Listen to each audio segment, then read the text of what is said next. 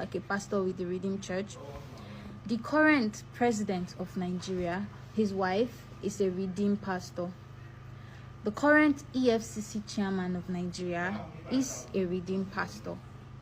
Now, I don't know if you follow this VDM versus Mesichinwo incident, but you realize that like the 3-4 lawmakers, judges, and EFCC people that are literally using power to subdue the EZT guy, all of them are Redeemed pastors. Now, we have this picture of hold on, let me show you the picture. So I wanted to put the picture with this video, but technically there's no need, because if you just go on your Google and search Tinubu and Adeboye, you will see countless pictures of them together, both with the wife who is a pastor, both pictures from years ago with Fashola and all of that. Let's say Fashola, sorry, what was his name? The former president of Lagos State, right? Anyways, so this man Adeboye, right, who is supposedly the head of pastor, like the most influential pastor in Nigeria, I feel like this man really shouldn't come out and say we should fast for anything, because he is literally somehow in the center of the different powers that have come and gone, and he's telling me he has no influence over them, but he has influence over us, in the sense that there's this video that was trending recently. A woman, when we were doing the End Bad Governance last year, this woman, she was hawking drinks on her head, and when they stopped her, they were interviewing her, she spoke very well. So people, you know, they were questioning her. She's like, she can't even take care of her kid. What was enough to get breakfast for her and her child is no longer enough. But because she spoke so well, they probed more and they asked her more questions, and she's like, yeah, she was working in a big school or something, but the administration changed hands and the new people that came, in her words, the woman fired everyone and brought in her people. Now, when I heard that, I was like, what is her people? Is it like her tribal people or her state people? But anyways, as she kept going, she now said, yeah, like the woman is a Redeemed pastor, and when she fired everyone, the replacements she brought were all like part of the Redeemed Church. You know, when you see things here and here and here, you gotta piece them together and understand, because most people, they don't even understand that the world is so much deeper than they think, and not everything. I don't really believe in coincidences, especially when they happen one too many times. Adeboye has so much power in politics. He's literally a very political person. When Goodluck Jonathan was in power, he was one of the people that spearheaded the protest against Goodluck. The same Goodluck that said the USAID with the Obamas, they literally removed him from office and put in whoever they wanted. So like there were a lot of forces against Goodluck Jonathan, maybe because he wasn't doing their bidding or whatever. I'm not saying he was a good president, but during that Goodluck time, when everyone, they were allegedly, Obama through USAID started bringing in Boko Haram, Adeboye led a protest against Goodluck Jonathan. So tell me why he's now old buddy, old friend, wife being a pastor in his church, is now the president, and things are this bad, and this man cannot even say anything to criticize. But he's telling us to fast for 100 days, or at least not us. He's telling his people to fast for 100 days, and I'm like, you have this much power. We can literally see you.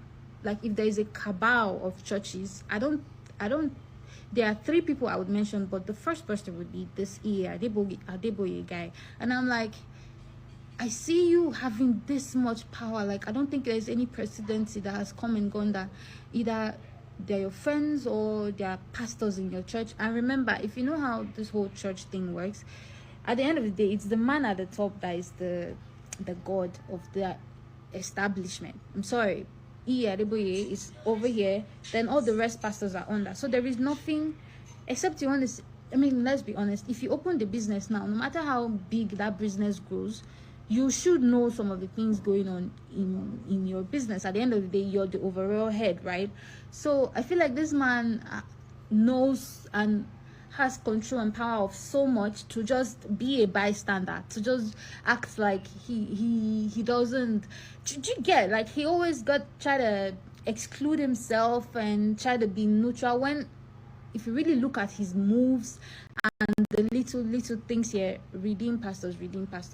So if you search Google right now and you search Redeemed pastor this, you will see, oh, Redeemed pastor raped a 10-year-old girl, Redeemed pastor killed his wife, Redeemed pastor slept with married.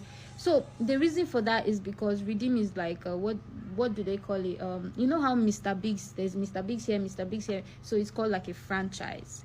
They don't really vet their pastors. Allegedly, from what an ex-Redeem pastor say, if you have money, they just tell you, okay, set up a church, take our logo. So that's basically like a business franchise. They don't vet the pastors. That's why today Redeem pastor did this, tomorrow Redeem pastors did this, because at the end of the day, it's just like a one man's business. I will give you my logo as Redeem, put it in your church, but at the end of the month, you gotta bring money to the headquarters, who at the end of the day bring money to me over there. So if you really look at it, there's like too many moves about this whole Redeem Church, not just Redeem Church now, but like a whole lot of things that Nigerians, we really, as much as we're holding political people involved, we really have to understand that these religious leaders at the end of the day are just men, and smart men at that, very smart, smarter than you. That is why some people would still bash and whatever, but if you really look at it with your inner eyes, you realize there's so many forces going on in Nigeria. It's not just political people now. There's so many people that don't want Nigeria to be better at the end of the day, because if Nigeria is better, you probably would not need them to pray for you to get that job or to live healthy. So many things would shut down if Nigeria was a good country and people were, actually being taken care of by the government as other countries are. So at the end of the day, we should really just be using our eyes to be looking at all those people one by one. Then we really know the problem or the problems we have in Nigeria. Peace out. I'm seeing all of your comments, all the comments that everybody's coming. I'm seeing everything. God bless you, God bless you, God bless you, God. No, they bless me. Carry your phone talk. All right. Like this now, I'm dedicating this my page. I have over 80,000 followers here. I'm dedicating my page to repost. No matter how many followers you have, if like I have one follower, in as much as you open your mouth and say any trash, all the rubbish going on in this country. I mean, I can't be the only person who has observed this. There may be other people too. There are other people too. It is going to be very hard, tough. For these people to be able to manipulate this younger generation like they did to their parents. I strongly believe that. Because, yeah, you may think that a majority of them are dedicating their time to, making comedy, this or that, on TikTok and what have you. If you get onto TikTok, you get to see that they actually have one of the smartest collection of the young people ever. If they are interested in anything like maybe science, their research, how to create content around it. When they research, they read far and dig this up and that, you'll be so surprised. That's one thing I actually love about some of these videos about young Nigerians who are discussing the politics and the politicians, including seeing beyond just politics and politicians, seeing those who are also a member of that 1% club, the religious bodies and what have you. So there is hope after all, because you have to be politically smart. You have to actually educate yourself before you can begin to possibly,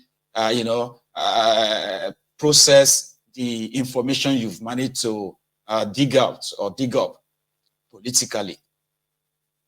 And that's how it works. And that's how you're going to have a smart generation that would know that no matter how smart or how talented they might be, with wrong leadership, their destiny can totally be altered, destroyed, stolen. Like many generations said, destiny have been stolen. Dreams have been stolen or destroyed by these rogues. So there is hope after all. I kind of feel like that. Still on their 30 days rant challenge. Let's continue with this one. You open your mouth and say any trash, all the rubbish going on in this country. You just say your own part. Tag me in that video. I'm coming to repost it. Let me tell you, social media is the most powerful tool that you will have now. If you are really tired of everything going on. You know why? Because you can stay here in Nigeria and be trending a topic in America. We are here in Nigeria, we can be trading worldwide. It's not a joke. Nigeria and the day for this country do both cruise with South Africa. They jam South Africa economy. Hunger wire them. Their press, they had to make a press statement to beg Nigeria to stop the boat cruise. That's how powerful social media is, if you don't know. Think our population is a joke. 300 million people, over 100 million as active social media users. See, all these our government officials, but they gave some businesses outside the country. They gave some shares outside the country. They gave some infrastructures, businesses that are run outside the country. Even their flights, their visa, their whatever, all of them are international things, but I tell you, if you pick one of them and you have like 50 million of us do video on that person's head, but tell the whole world how terrible that person is, how bad that person is. I tell you, that person is going to lose his deals. It's going to affect his business. It's going to affect his relationship outside the country.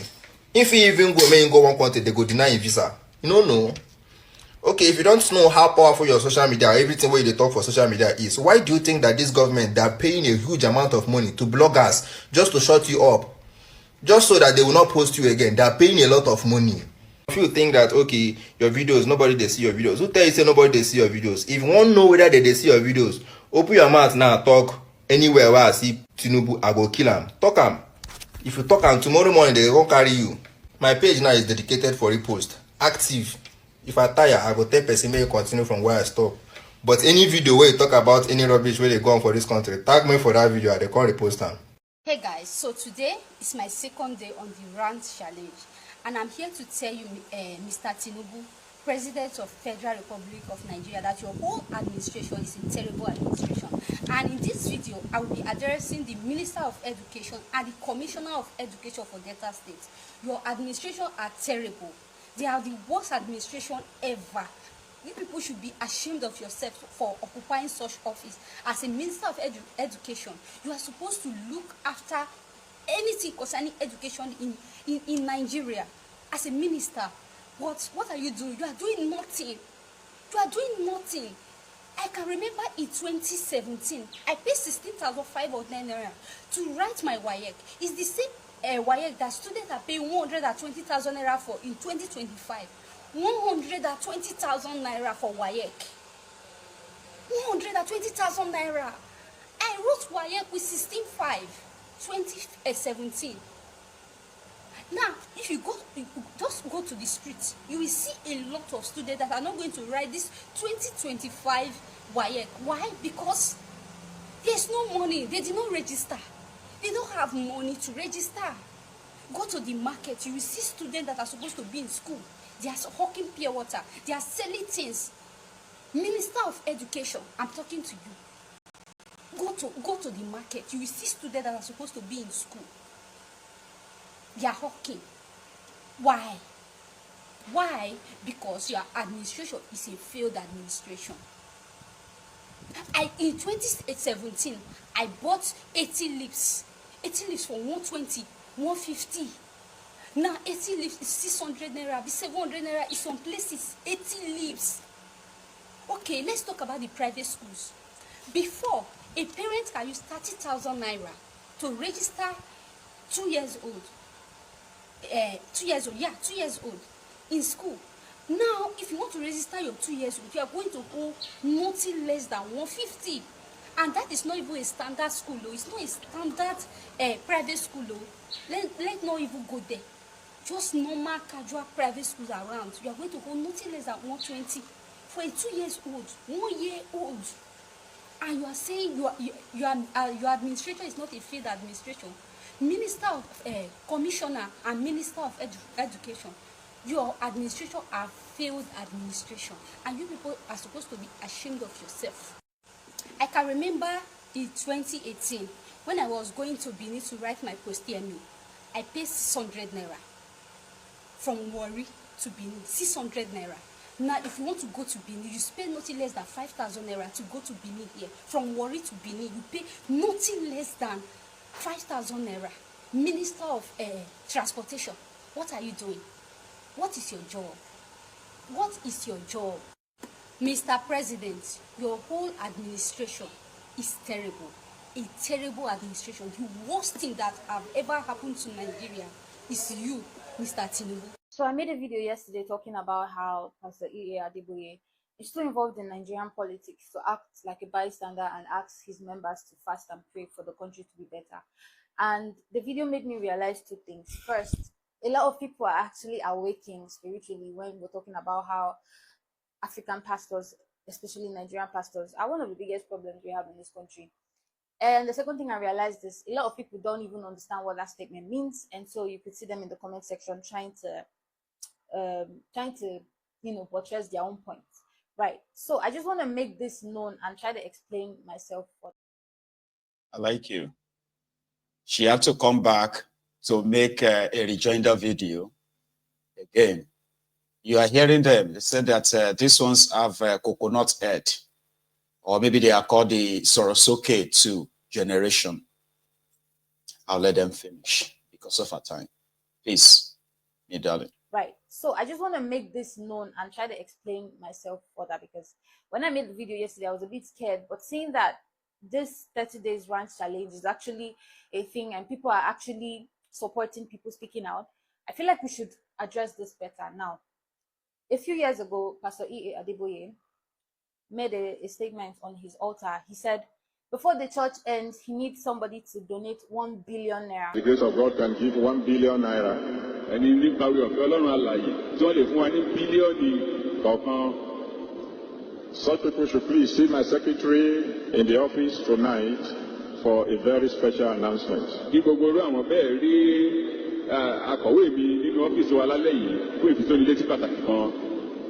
And then there will be some of you who can say, Daddy, I wish I can give 1 billion, but all I can afford is 100 million. Àwọn kan wà tí ó ní pé bóyá àwọn ìgbà fẹ́ ṣe bílíọ̀nù kan yìí, ṣùgbọ́n ohun tí wọ́n lè rí nípa wọn ká òun náà ni 100 bílíọ̀nù.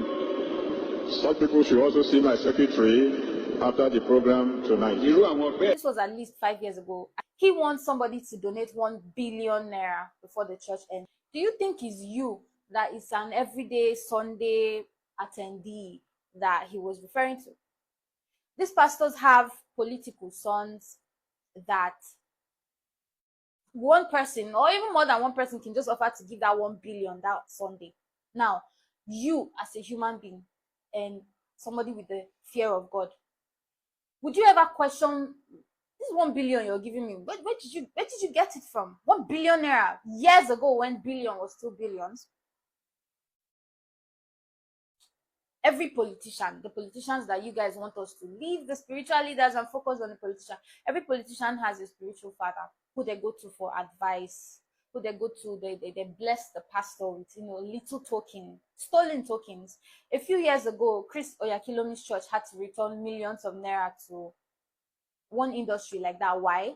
Because it was proven that one of their leading staffs stole millions of naira and sent it to the church as tithes and offering. And because of that evidence, the church had to refund those millions of naira.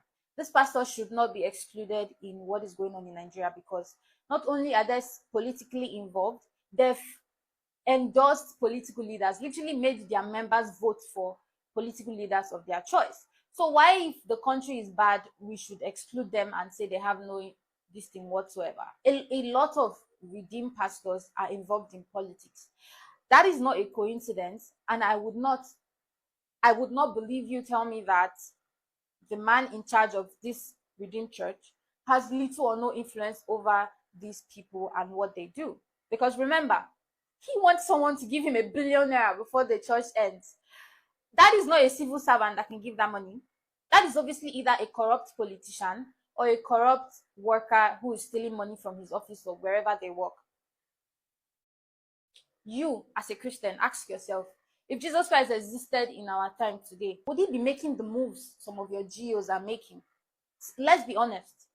If you want to be really sincere, you realize that these men that our parents grew up, and we also kind of grew up adoring as second in command to God, again, they are just smart Nigerians who know how to play the game, enrich themselves, have slaves as members, because the video of the pastor who made his church members eat grass and stuff, those are also church members of a certain pastor. You cannot tell those members that their pastor is fake. You cannot tell those members that their pastor is just using them.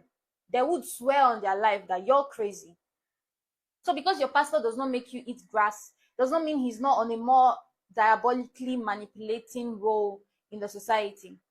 Also remember, If Nigeria is free of hunger today, you would not need handouts from a lot of these people. They would not need to share their rice.